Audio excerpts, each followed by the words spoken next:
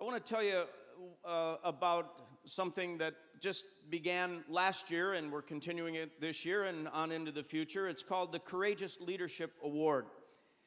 A few Christmas Eves ago, Willow had just completed a month-long initiative pertaining to the battle with AIDS. And they had just given so generously that on the way home from the Christmas Eve service, I was thinking to myself, what would happen if tens of thousands of churches were engaged in the battle against global poverty and AIDS? What could their combined efforts be? Maybe we could turn the tide of the battle itself, and maybe we could capture the attention of the watching world, who sometimes thinks that the church is not doing enough with regard to these great battles and issues. That's when a thought came into my mind that maybe we ought to try to figure out a way to inspire church leaders around the world to get engaged in this battle. Shortly after that, Bono agreed to do the interview that was shown at the summit a couple years ago, and that stirred a lot of action. It was shown, that interview was shown in churches all over the world, and a lot of people in churches said, hey, we ought to be doing something, and we shouldn't need a rock star to tell us that we ought to be doing something. We have one, Jesus Christ, who sort of told us before Bono did, and maybe we ought to be listening to this. Shortly after that, I had a meeting with Rich Stearns, the president of World Vision, and I said, maybe you could partner together with us. We could come up with a thing called the Courageous Leadership Award that would highlight the work of local churches in the fight against global poverty and AIDS, particularly AIDS, and maybe we could inject $100,000 into their efforts, and maybe that would inspire even more churches to roll up their sleeves and to get to work on this. And he agreed, and last year we made our first announcement of the winner of the Courageous Leadership Award, and $100,000 was given to that church and a few other finalist churches who are just doing superb work in this area.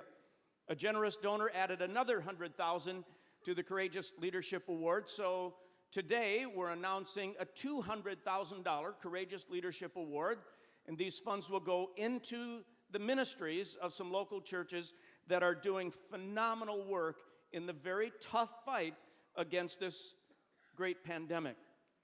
We had a dinner last night in one of the rooms here at Willow with all the finalists of the Courageous Leadership Award. And it actually was the highlight of my day, and yesterday was a pretty good day. But we had the finalists of 3 churches that are doing remarkable work in the name of Christ in this terrible, horrible disease. And I want to show you just a quick video clip of these 3 efforts, and then we'll announce the Courageous Leadership Award, and then we'll go on with our interview. In the country of Lesotho, which is a country within the country of South Africa, they have about 2 million people, 30% HIV infection rate. I was laying in bed thinking, this is way too big for one church. The people in your community care about sickness, disease, the poor, children. The mayor cares about, the newspaper cares about. And so, because they care about it, let's start asking them to get engaged. For our first trip, we took the mayor, we took the head of our public utility, our water division, we took the deputy mayor and the former mayor of another city and a businessman. I just said, hey, I've been to Africa, I've seen this, I'd like you to go with me. And I'd like you to see what's going on over there and see if Tacoma could be the first city in America, as far as I knew, the first city in America to adopt a city or a region in Africa. You have in this area of 70,000 people, 1,200, 1,300 kids that are receiving sponsorships, 1,000 school desks, 500 caregiver kits.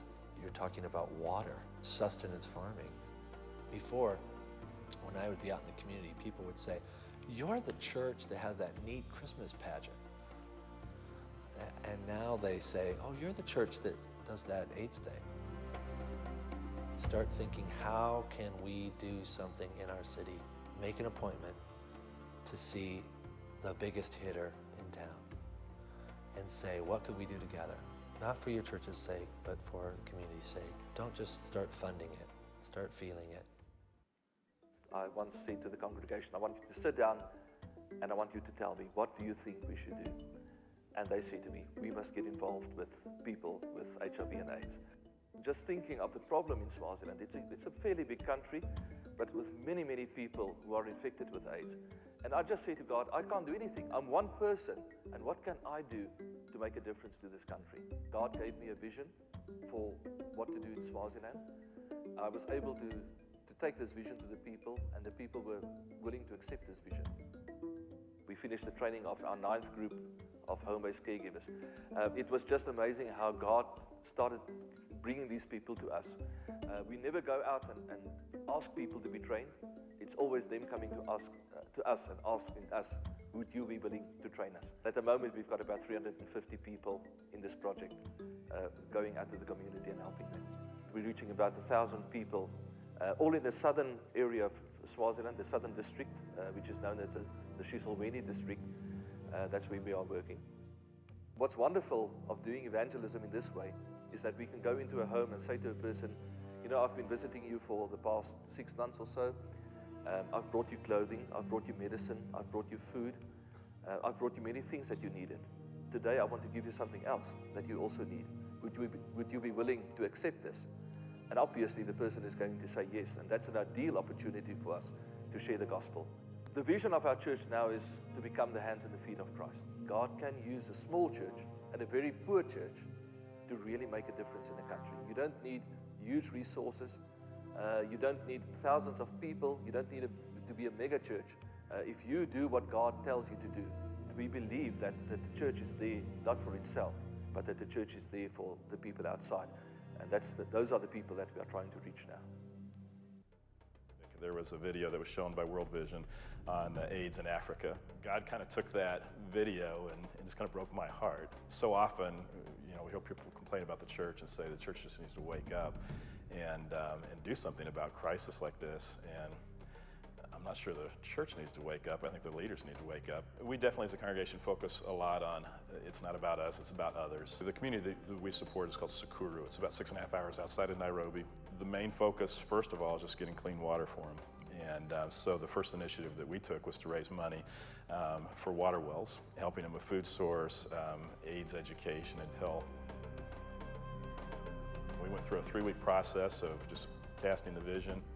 That first weekend, 750 kids were sponsored, and as that time has gone on, it's over 2,000 now that are sponsored, and people just really take ownership in the kids that they're sponsoring. What we're focusing on now is micro-enterprising, and so the goal was to try to raise about $600,000 to help start in essence, a bank there in that community. Small loans could be given out so people could do business on their own, and the goal is self-sustaining. I think too often people think this is going to be hard, and it's not. The people are ready to do it, and so just throw it out there and let them run with it.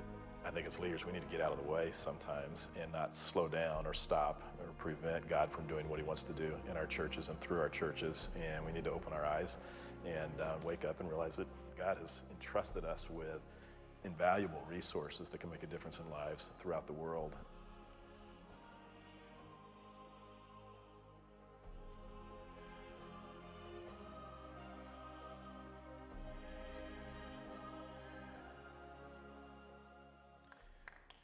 Yeah.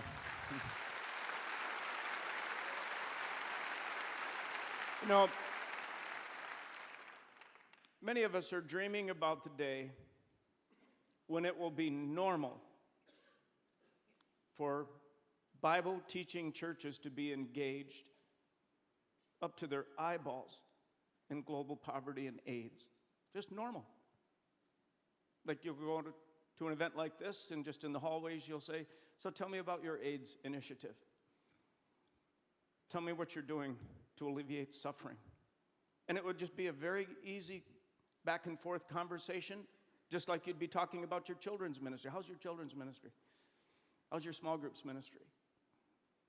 We dream of the day when every pastor steps up and says, I'm going to lead my church into this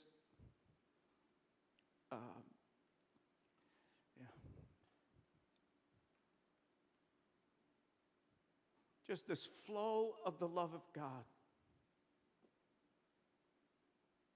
through the pastor, through the congregation, and right out into the places of indescribable pain. And it'd all just be normal. It'd just be a part of the flow of how God works. It takes a courageous leader to lead his or her congregation in this fashion. And there's 3 of them that you just saw that are standing right down here, and these are 3 very courageous leaders. I want their faces all over the world. And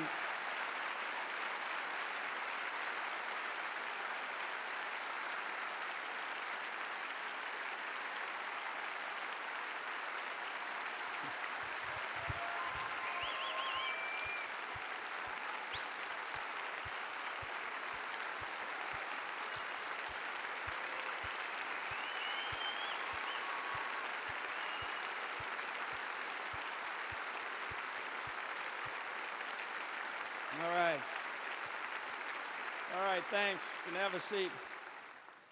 Now we had a panel of judges who had to discern. You know, they're all doing great work, and I don't even know the panel of judges. They met in some smoke-filled room, and I take no responsibility for the distinctions between the quality of their ministries, but someone had to be declared the winner of this year's Courageous Leadership Award, and it's David Ashcraft of LCBC Church in Mannheim, Ohio.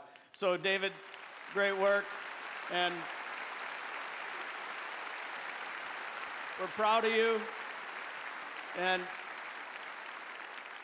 right now, David's kind of playing hooky. His church is actually a site host of the summit in Ohio, and it's all going on without him. So he must be a super leader or the other kind that just walks away.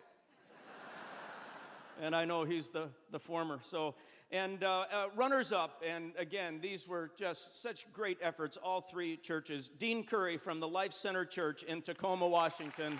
Dean, yeah, thank you. And Dean gave a talk last night that I wish I could have recorded. I wish you could all have heard it. It was the kind that just goes right like a knife into a pastor's heart, and it went into mine and challenged me to step up my leadership even more in this regard. And he's also a site host in his AWOL at his church in Tacoma. So anyway, and then sharing the runner-up is Arnau van Wyngaard from Swaziland. And he came the longest distance. So, Arnau, thank you so much. And again, he has a smaller church with a massive heart, and his church is on the front lines of fighting this. And he's in it elbow deep every day in Swaziland. And we're so glad that you flew across an ocean to come and be a part of the Courageous Leadership Award. So congratulations to you and your church. And I want you to know that the selection committee, we're going to do it again next year, the Courageous Leadership Award. And the selection committee is changing the dynamics just a little bit, creating 3 categories that you can read about on the Courageous Leadership website.